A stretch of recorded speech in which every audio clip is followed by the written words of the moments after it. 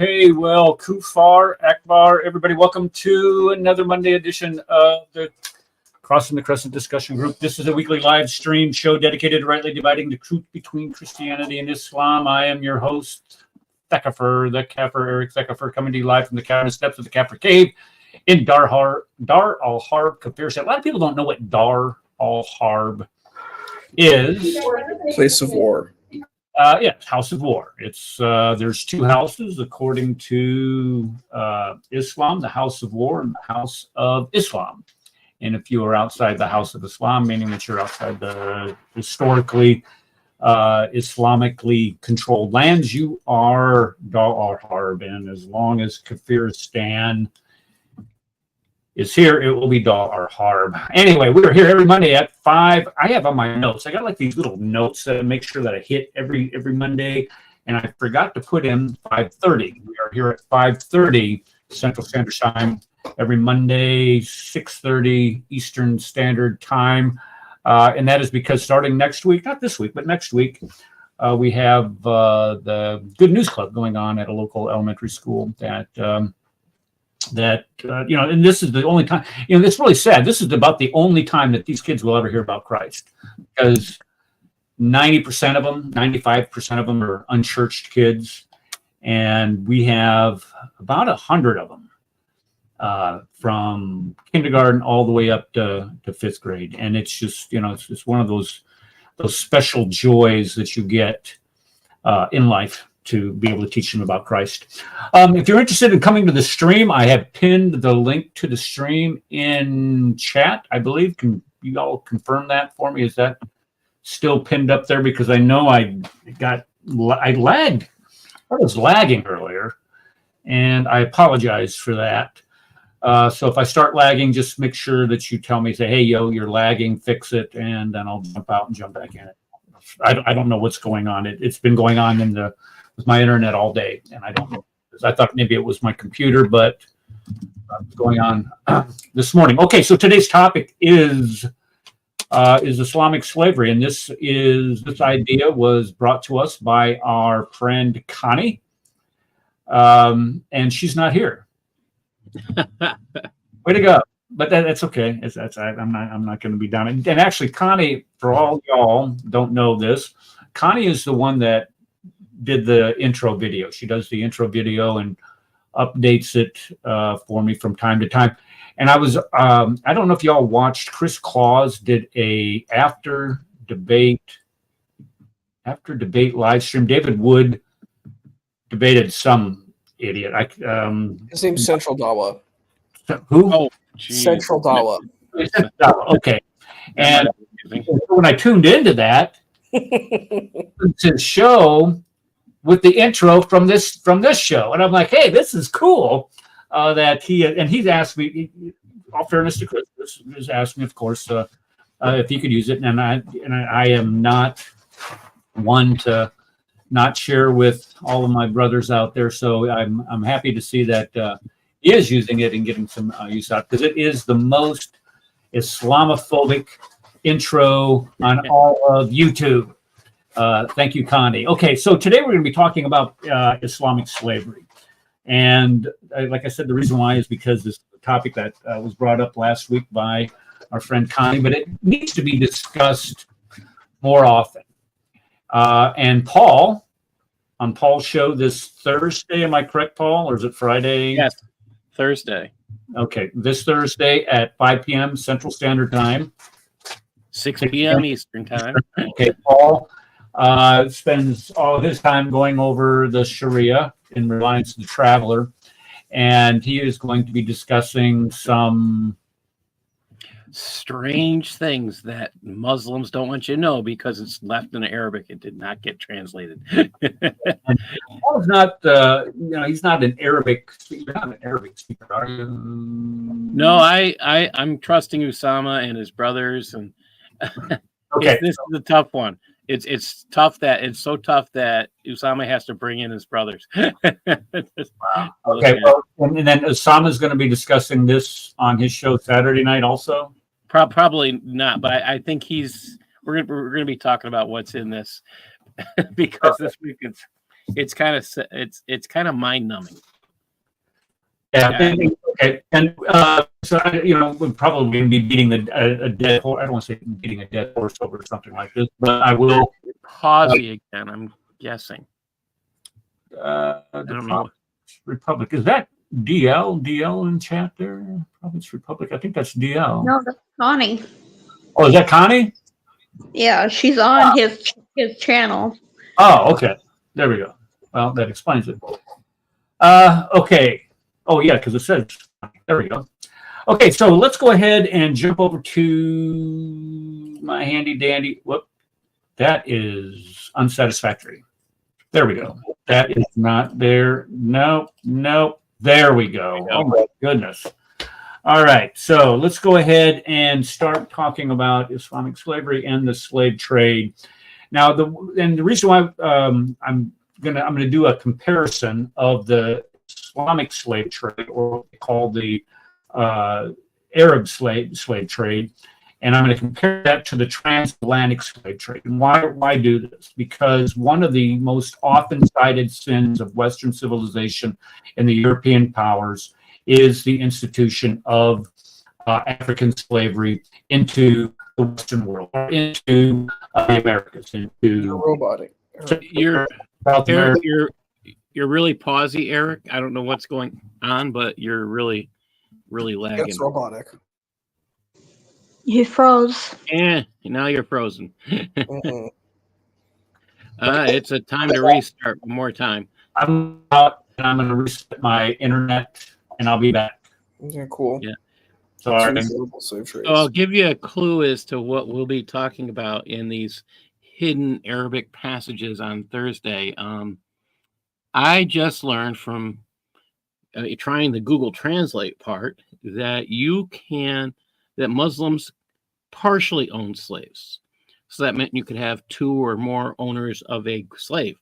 So they would say they'd freed them and they wouldn't be free because they'd still be owned by one or two others. So that would allow them to continue to own a slave until the other two people or more free. Wait, slave sharing? Slave sharing? So you can go on, I can get a combo, go in, what do you call it, a slave sharing plan? Like condo sharing? Yes, that's exact kind of Buying thing. in the ground floor? Wow. Remember, manumission has to do with freeing a slave, but if you free a slave, they're not really free if they're still owned by two other people. So it's almost like they have to buy you out. I've been trying to figure that out. If you buy them out, or they buy you out, it's kind of weird about the concept of freeing a slave, because they talk about it costing money, but is it costing money if you're setting somebody free? I have a lot of questions because it doesn't necessarily make sense. If you're the owner, why would you be paying to free them? I mean, I have a lot of questions with some of this stuff, so it's weird. And they said in the English translation slavery has already ended, so we don't need to discuss it. So they didn't translate anything. I mean, apparently they didn't know ISIS and the slavery was all. Oh no, they did know that, because if they did, then they were afraid that they would lose all the concepts of getting black Muslims again, or maybe they might lose all of the concepts of Western Islam. Oh wait, that might happen just because they're scared of talking about slavery. Oh, there might not be another convert in the United States. That's another possibility. That's what they got scared about. Islam has a love of slavery, and it continues to this day, and we're going to prove that. I know Rad was involved in a little discussion I'm trying to put together on. We did a little skit, and I'm hoping I can find that, and we're going to play that as part of what we're going to do. This was a skit I had a few people involved with. It was kind of taken from a memory thing. I cannot find the original video, unfortunately, because when you get the truth out there, people get scared of the truth. And so we have the transcript, but we don't have the original video, unfortunately. And I'm guessing that he's having some fights with the internet. So he will be right back.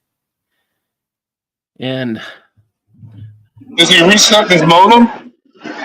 yes, that's what he's doing. You know? Okay, so that's probably gonna be about a minute and a half before he returns. But yeah, what we did a skit. I don't remember the skit. What was this? When did we do this? We did this on. We were talking about the slaves. That these people were really giddy about having slaves if they would go to war with Israel. Well, they went to war with Israel, and Israel kicked butt. So, yeah, we were talking about, we could go to war with Israel and have some sex slaves, and we could hand them out. Yeah, so this is going to be interesting. Okay. I'll be interested in that because honestly, I have no recollection of that. That's I interesting. think you were in on it. I know that John was in on it, and a few others. It's really shocking, this material.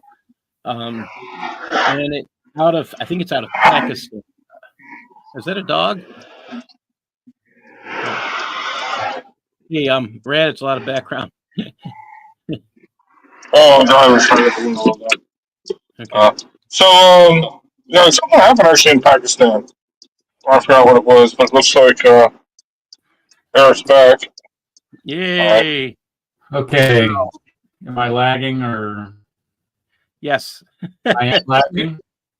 Yeah, because your lips aren't moving; they're frozen. Oh, you might be back. I don't know. Try just killing the video. Kill the video. We can hear you. Kill the video. Kill the video and go for it. Yeah. There you go, How's Eric.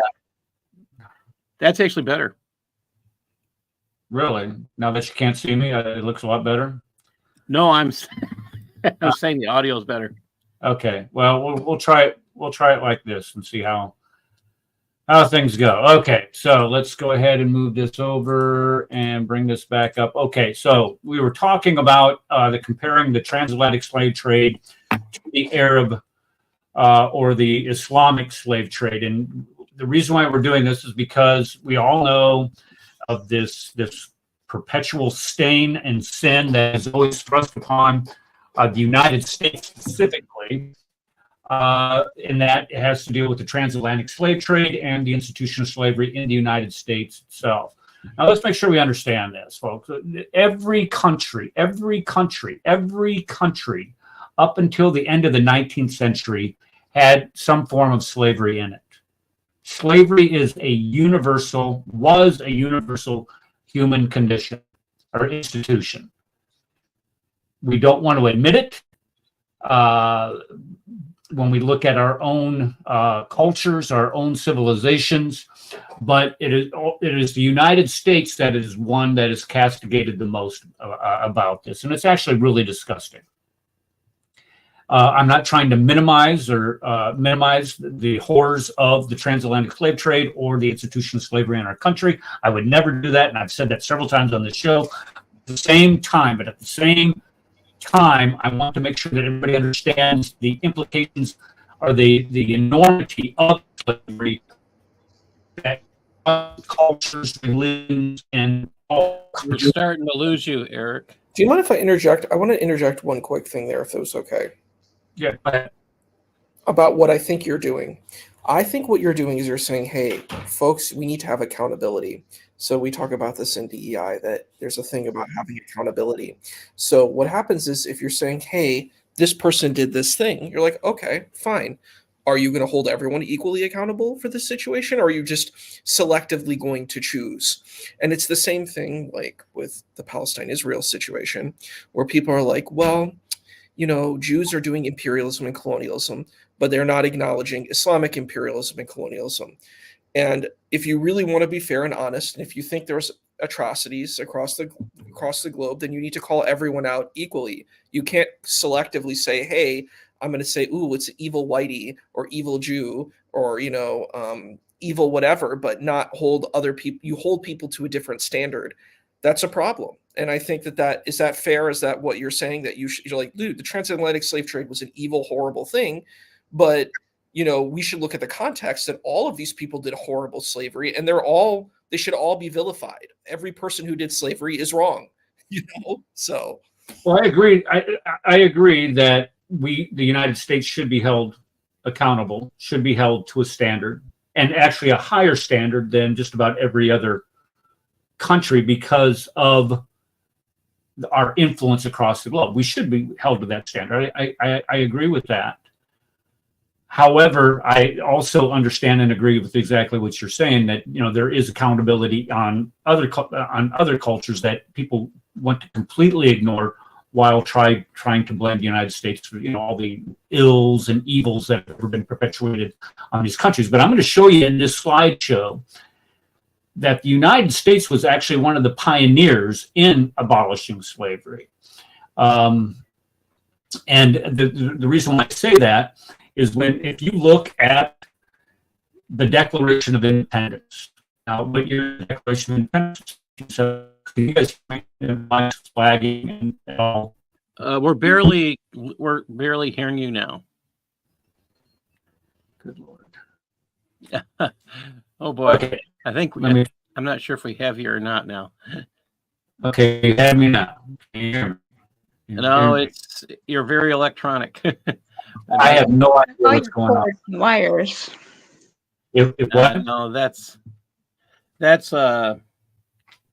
it's bad internet. it's I not enough. actually agree with you, Eric. I think, but I wouldn't say it's America. I would actually say it's funny enough that I'm going to be saying this, but I think it was a Christian movement. So you had the radical Republicans, you know, like Thaddeus Stevens, I believe was his name, and a lot of them were actually Protestant reformers, and they were against slavery. So it was actually you have John Brown, who was this big radical who fought against slavery with violence. I mean, I don't agree with violence, but that was the thing. A lot of them were actually it was a very strong Christian movement that repelled against. Well, what I'm talking about predates that. I mean, you're talking 1840s, 1850s with John Brown and right. Well, actually, late 1850s with Brown and Thaddeus Stevens.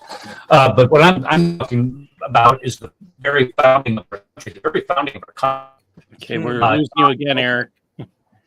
We're losing you again, unfortunately. I don't know what to do, guys. Hold on. Let me try this. What browser are you on? I'm Is it only when I come in hold here? on just a second. Is it only when I come?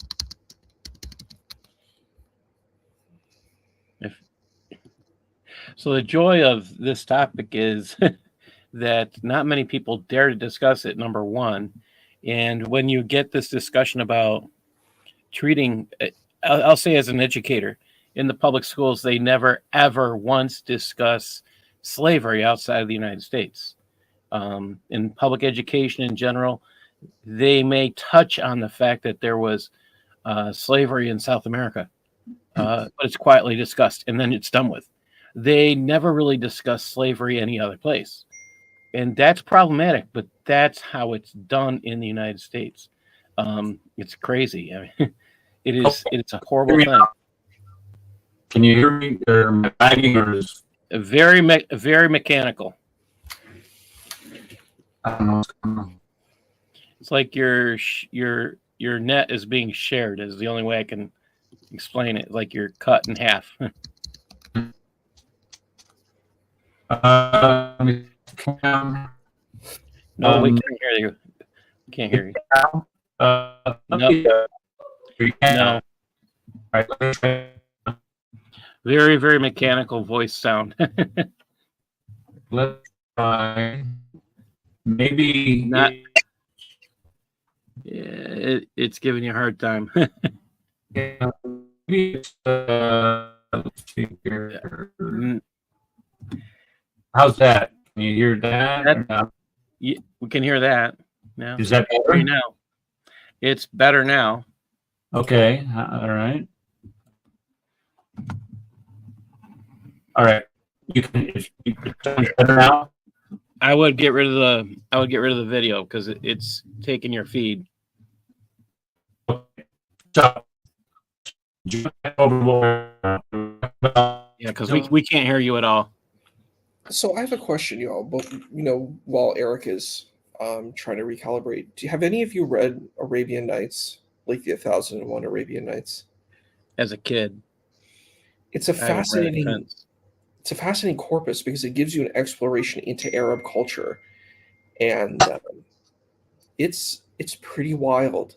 It's pretty wild. It talks about enslavement. It talks about these really wealthy, sultans and caliphs. Like the whole story is about this person who, about a woman who basically escapes death by telling stories because this man marries this woman.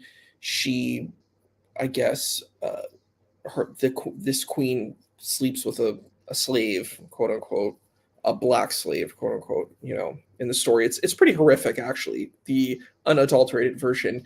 And then he goes and just basically marries women to kill them. That's what happens. And then basically he marries this woman named Scheherazade, and then Scheherazade tells 1001 stories, and she lives because she's able to tell all these stories. But these stories contain a lot of things in Arab culture.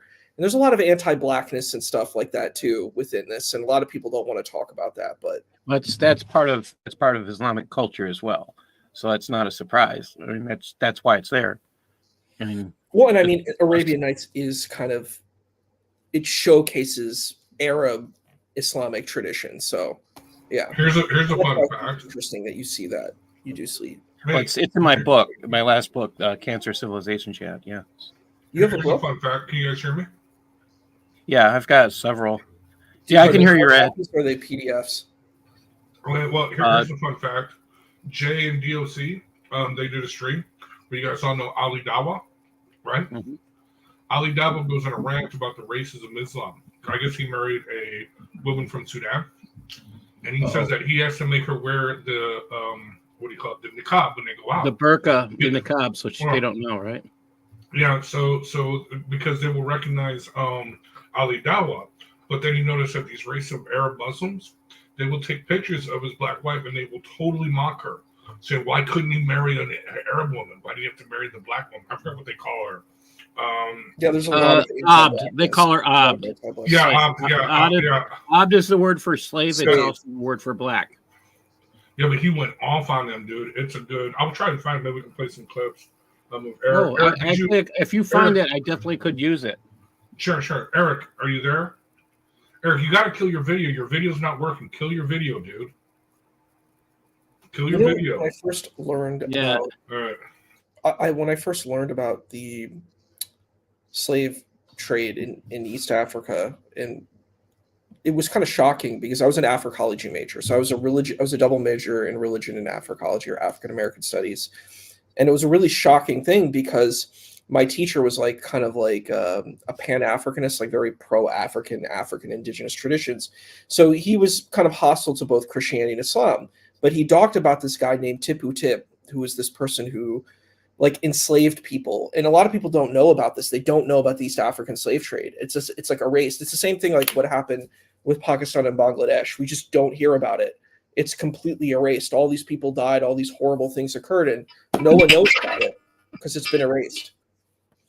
Yeah, they have hidden so much, and part of the reason they've hidden so much is because of the horror of it. And when the reality comes out, you start looking at Indian history, and you go back to before before about the time period that Britain gets involved with it. You're talking about early 1900s, late 1800s, and when they start getting involved.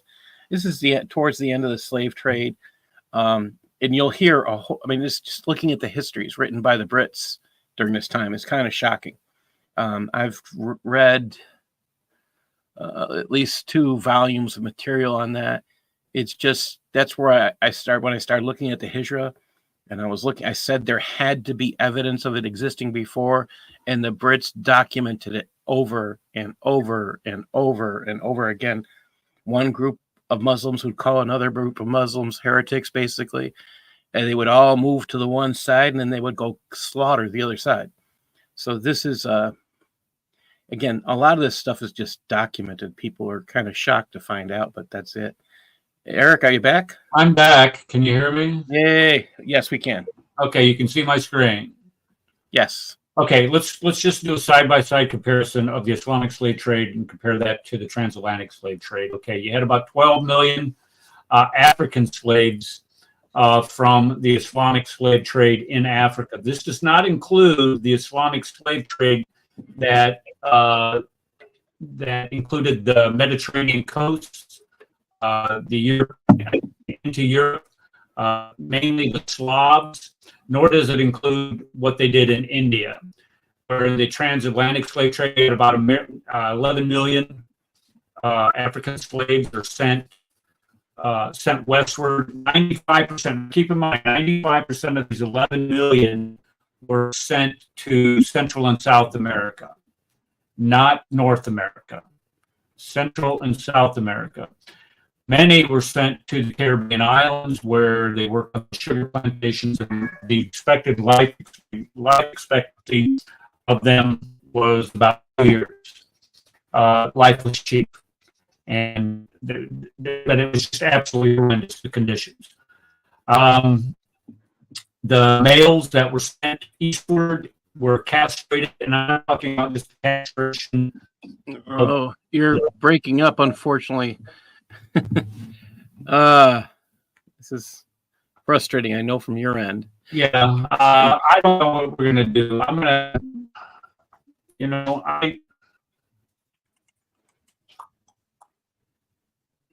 because I can't even get this to jump back to. Hey, Eric, did you reboot your modem? Yep. Cable modem? You unplugged it for 30 seconds and plugged it back in? Yep.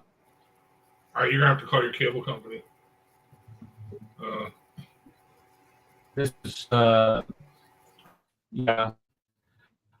Okay, this is what we'll do. We'll just go ahead and end the stream and do this next Monday. It's just frustrating. I don't want to sit here and frustrate people and have them try to watch more. Especially when you have technical issues. The joy of the internet. I fixed this before. I'm hardwired again, but now I can't figure out how to run that hardwire back out to my modem. But I'm thinking it's got to be something coming in from the cable company. Yeah, I give them a call. The jinns are attacking your cable. Yes. Yeah. Yes, the jinns are at it. Jinns are definitely at it. All right, guys. We'll go ahead and end the stream. Thanks for coming, and we'll All right. do this next week. All right. God bless you guys. We'll see you then. God bless. Bye. Bye. Advanced student and specialist, that the standard narrative has holes. That's what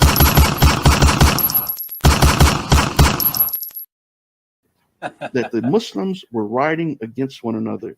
And as much as we don't want to face the fact, the Muslims were lying sometimes. They were fabricating, they were embellishing, and that might be hard to accept, but that is a reality.